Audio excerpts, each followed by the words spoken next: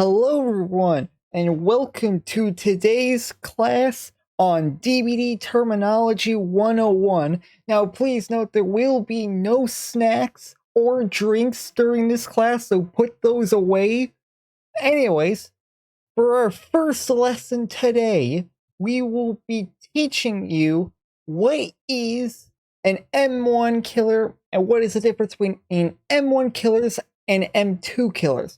Now, if you've been around the DBD community at all for any period of time, you will probably have heard of these terminologies being thrown out like M2, M1, hybrid killers, and you're wondering what in the actual hell is this supposed to mean? So today, we'll be teaching you that. I'll even show a personal little tier list of where I would grade each of the killers and what category I would think they'd fall into. So for starters, let us give a definition of what is an M1 killer. Now, an M1 refers to the mouse. M1 refers to the mouse and is typically the left mouse button. The left click, which M1 is typically commonly also associated with the basic attack, since on keyboard and mouse, M1 is your basic attack button. So whenever someone says M1 killer, they refer to killers who will primarily use their basic attack. So if your primary way of damaging the person, or your primary way of downing someone, is through the basic attack, then that would classify you as an M1 killer. And M2 refers to the other button, the right mouse button, your right click. M2 killers are typically killers that mostly use their power in order to get their downs. Now, what is the difference between M1 and M2 killers? Well, they have different strengths and also have different weaknesses. Now, for M1 killers, the ones that are primarily use their basic attacks in order to get their downs, one of the biggest weaknesses for them is that because they have to use their basic attack in order to get the down, stuff like pallets and windows are sometimes a problem for them, since they would have to play around pallets like a regular killer. Although, of course, there are some exceptions, of course, which I will get into. But for the most part, for most M1 killers, using your basic attack is a limiting aspect of the killer because you have to play around pallets and all that. Because, you can't hit someone through a pallet. You'd have to break it first. Now, there is like this whole common thing of like, oh, no, if this person's using an M1 killer, yet they're like an A tier or whatnot. Yeah, there are some M1 killers that don't exactly play like M1 killers, but they're still classified as M1 killers. It can be a bit confusing, I know, but it's how they work. Their attacks still classify as a basic attack, so that classifies them as an M1 killer. Now, when most people think of M1 killers, they think of someone that can only damage people with their M1 killer, with their M1 attacks. Which, that is not true. That's not always going to be true. There are going to be some M1 killers that can damage with their powers. However, they're primarily going to be using their M1 most of the time to get those downs. Whether it be because they're not going to be getting those hits with their powers a lot, or if it's because you can't use that power a whole lot. generally that's going to be the case.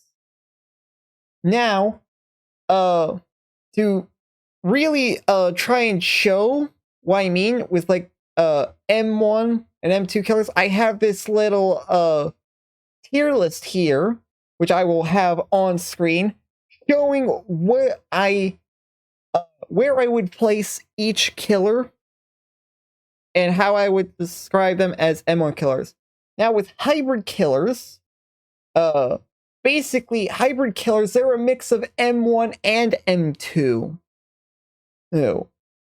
Where they would be using a mix of both. There, as you can see by my tier list, there is not a whole lot of those, as generally most killers are going to either fall into the M1 or M2 category. And here's the thing, just because you can damage someone with your M2 doesn't mean you're an M2 killer. Just because you can down someone with the M2 doesn't mean you're an M2 killer. If getting the downs with your M2 is easier than getting downs with the M1, then usually 9 times out of 10, they're an M2 killer. If you can down someone with your power, and it's downing someone with your power is easier than getting the M1, then typically you would be classified as an M2 killer. So for like M2 killers, you got stuff like Hillbilly, Nurse, Huntress, etc. Now, typically M2 killers are stronger than M1 killers since they don't share the same limitations. However, they do have limitations of their own.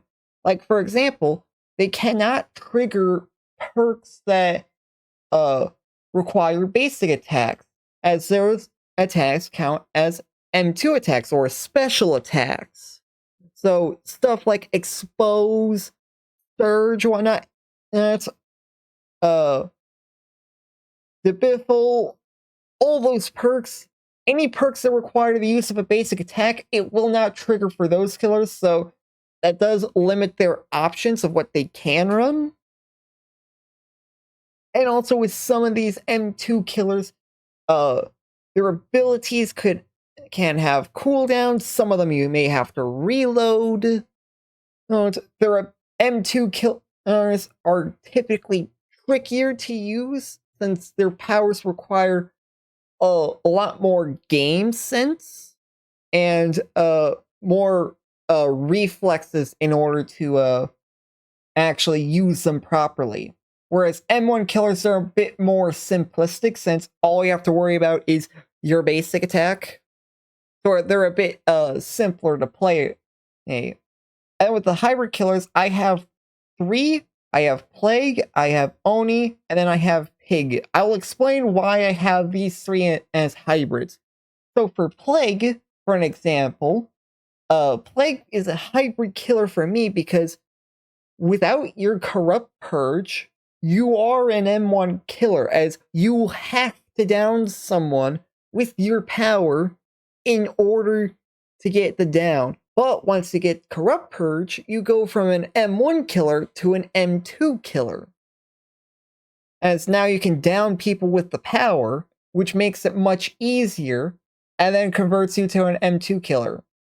So you're an M1 killer, but you could temporarily go to being an M2 killer.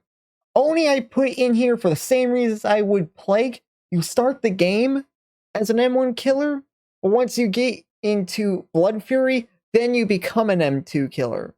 Now, Pig is an interesting case.